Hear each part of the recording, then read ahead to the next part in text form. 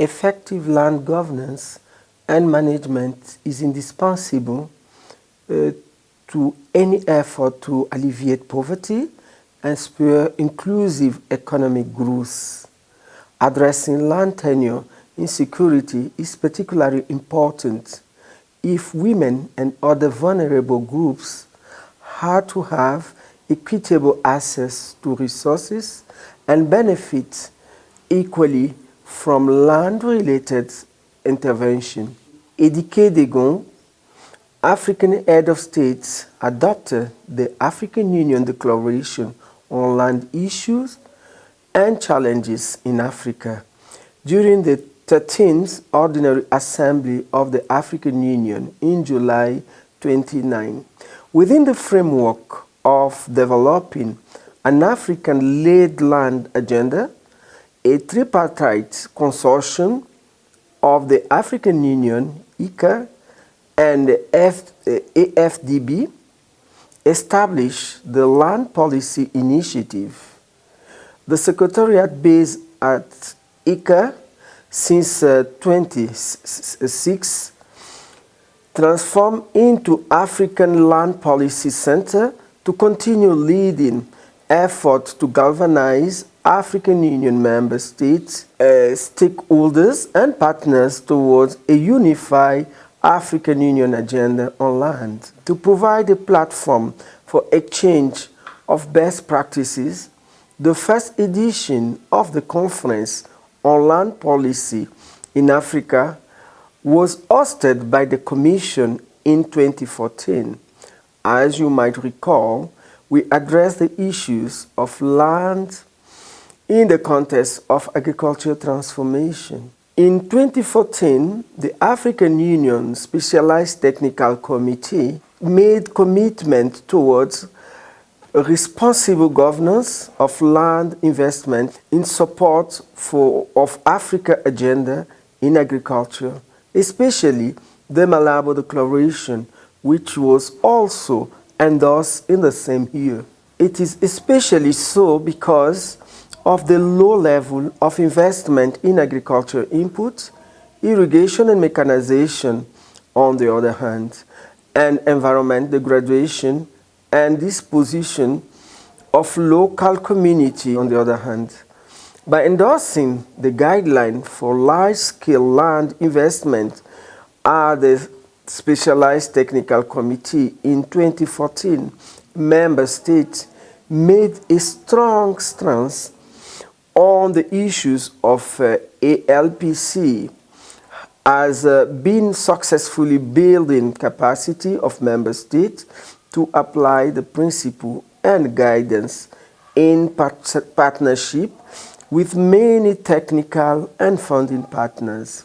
Corruption in the land sector, the theme of the year's conference, has a detrimental effect on acquisition and allocation of land for investment, the type of contract drawn, and the enforcement of contracts.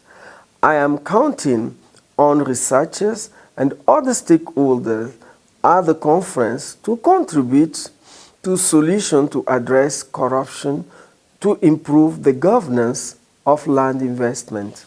An issue that is close to my heart is women's land tenure security.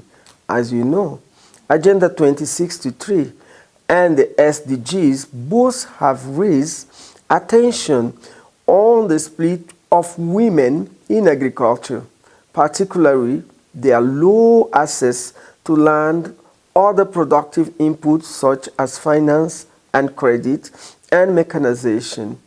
This is why the African Union STC leveled a 30% target for documented women land rights was endorsed in 2014. Solid empirical evidence indicates that if women farmers use the same level of resources as men on land they farm, they will achieve the same yield level. The yield gap between men and women averages around 20 to 30%, and most research finds that the gap is due to differences in resources use. Despite the well-documented potential benefits, in much of the developing world, women have fewer rights to and control over far less land than men, and land of less quality.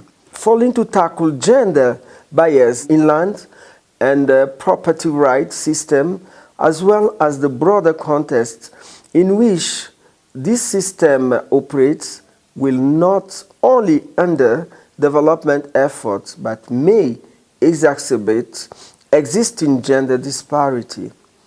Corruption also undermines gender-responsive land reform by discouraging use of land-related services. In extreme cases, corruption can result in eviction and further marginalization of the most vulnerable women, such as widows. Moreover, women are particularly vulnerable to exploitation in the context of land-based investment due to poor land governance framework in some target countries, including women lack of or weak land rights and their limited decision-making authority. Like women, African youth confront numerous challenges in assessing land. Key issue in this regard includes unfavorable land tenure system and customary practices, lack of resources to buy or rent land, inadequate access to information, lack of legal protection of land rights for the youth, and lack of provision for youth in the state-sponsored land redistribution program. The last conference on land policy in Africa addressed issues of youth, land and employment. We are still a long way from addressing these issues, and I urge conference attendees to examine possible solutions in this regard. Addressing land concerns will not be done unless we strengthen institutions at all levels, national, regional, and continental. That is why we have been working with the RECs to strengthen their capacity on land governance and establish network for training, research, and advocacy, including the Network on Land Policy in Africa, Forum for African Traditional Authority, and the Civil Society Platform on Land.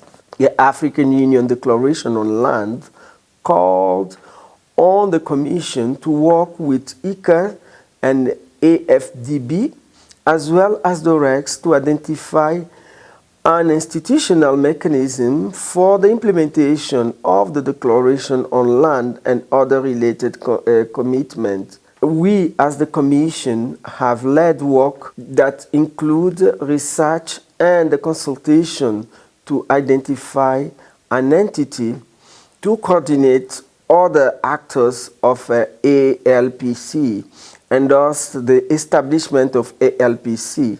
We count on member states and partners to support our efforts to institutionalize and capacitate ALCP to support efforts to improve land governance in Africa. To conclude, as we approach the third edition of the Conference on Land Policy in Africa, we count on your continued collaboration to address these persistent challenges, as well as the emerging land issues confronting Africa. While much remains to be done, I am encouraged by the progress to date. I would like to thank our member states and partners for their sustained commitment to tackling the complexity around land over the last decade, and look forward to our continued collaboration over the next decade and beyond. I thank you.